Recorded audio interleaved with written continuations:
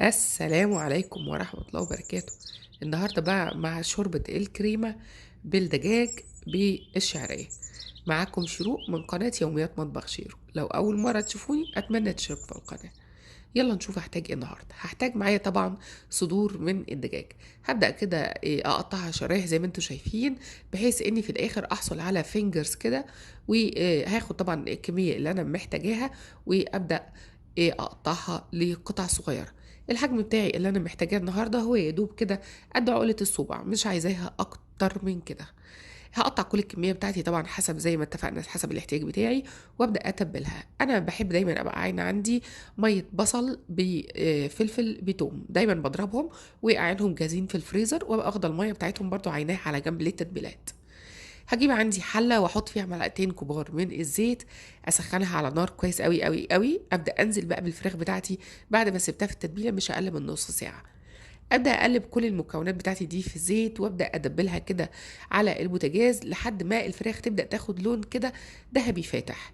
مش هغماها قوي يا جماعه علشان لسه هتتسوى بقيتها في الشوربه. احط بقى اتاخر الفراخ كده على جنب، واحط معلقه زيت تانية انزل فيها بقى بالمكرونه الشعريه بتاعتي.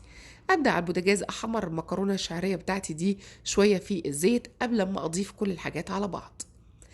ابدا اقلبها كويس. انا مش عايزه لون الشعريه بتاعي يا جماعه يبقى لون غامق، انا عايزاها يبقى لونها ذهبي، ذهبي فاتح، عشان مش عايزه الشوربه بتاعتي تطلع غامقه قوي ويبقى فيها الوان غامقه. خلاص كده هو ده اللون اللي انا محتاجاه. ابدا اقلبها على الفراخ كويس، اقلب كل المكونات. اكون مجهزه عندي كوبايتين ونص او مجين ونص، يعني المج بيبقى اكبر شويه من الكوبايه العاديه يا جماعه بتاعتنا. احط الميه بتبقى بدرجة حرارة الغرفة، مش مية مغلية، علشان أنا مش عايزة المكرونة بتاعتي تدوب في وسط الشوربة أو تبقى متهربدة ومتكسرة. أنا عايزاها تبقى صحيحة وماسكة نفسها. فخلاص أنا بنزل اهوت بالمجين ونص بتوع المية. في الوقت دوت هظبط الملح والفلفل بتاعي. مش هحط أي بهارات تانية يا جماعة، لأن البهارات هتغير التيست بتاعي اللي أنا عايزاه النهاردة معايا.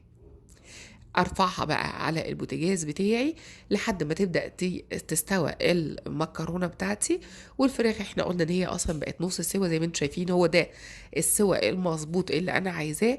على جنب هكون في كوبايه فيها حوالي 4 معالق ميه مع معلقتين من الدقيق.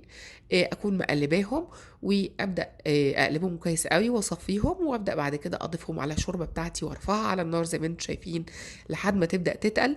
وبكده تبقى جهزت عندي احلى شوربه ممكن تاكلوها، سهله سريعه خفيفه. نصبها بقى في البولات بتاعتها، ونزينها بشويه من الكرفس او شويه من البقدونس. بيبقى طعمها مميز جدا. اتمنى تجربوا الوصفه بتاعتنا. ولو اول مره تشوفوني اتمنى تشتركوا في القناه وتفعلوا زر الجرس عشان يوصل لكم من كل جديد.